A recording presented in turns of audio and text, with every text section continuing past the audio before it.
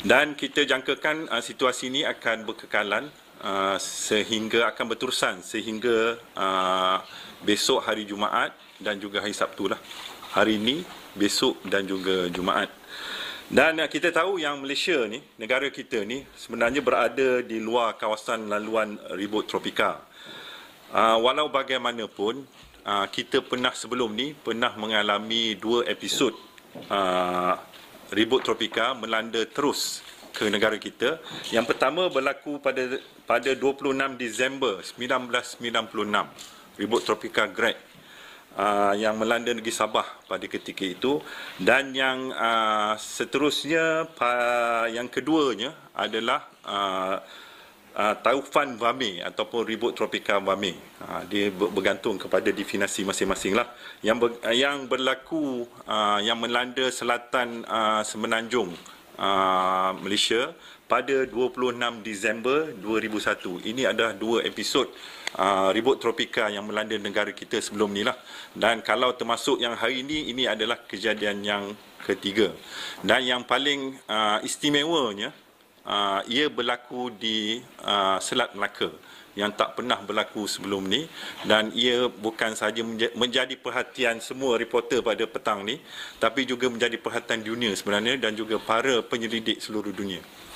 Dan perkembangan terkini yang kita nak maklumkan adalah Met Malaysia telah mengeluarkan nasihat sistem cuaca ribut ni sejak daripada 23 November lagi 2025 hari itu.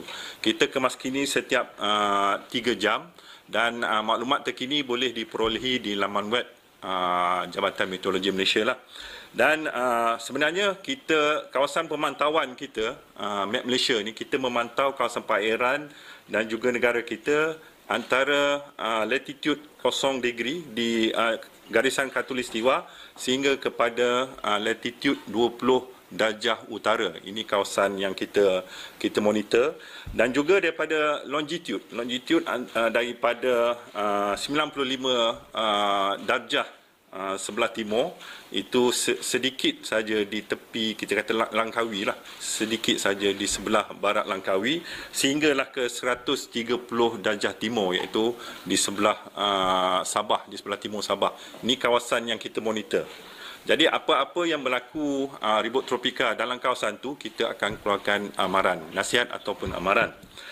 Dan untuk makluman, setakat ini kita telah mengemaskini segala amaran kita, amaran ribut tropika, amaran hujan lebat berterusan, angin kencang dan laut bergelora. Kita ada 3 amaran sedang berkuat kuasa sekarang ni untuk negara kita, iaitu amaran ribut tropika, amaran hujan lebat berterusan dan juga amaran angin kencang dan laut bergelora yang melibatkan hampir ke semua negeri, seperti yang kita paparkan di layar di belakang saya ni.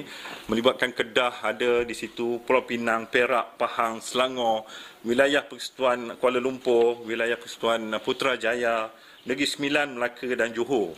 Dan kita, sebagaimana saya maklumkan tadi, amaran kita ini buka kuasa sehingga 29 November. Jadi kita akan terus memantau berdasarkan kepada maklumat yang kita dapat daripada radar, satelit dan juga daripada analisis pusat pemantauan ribut tropika di India dan juga di Jepun. Kita akan kongsikan maklumat tu dari semasa ke semasa lah.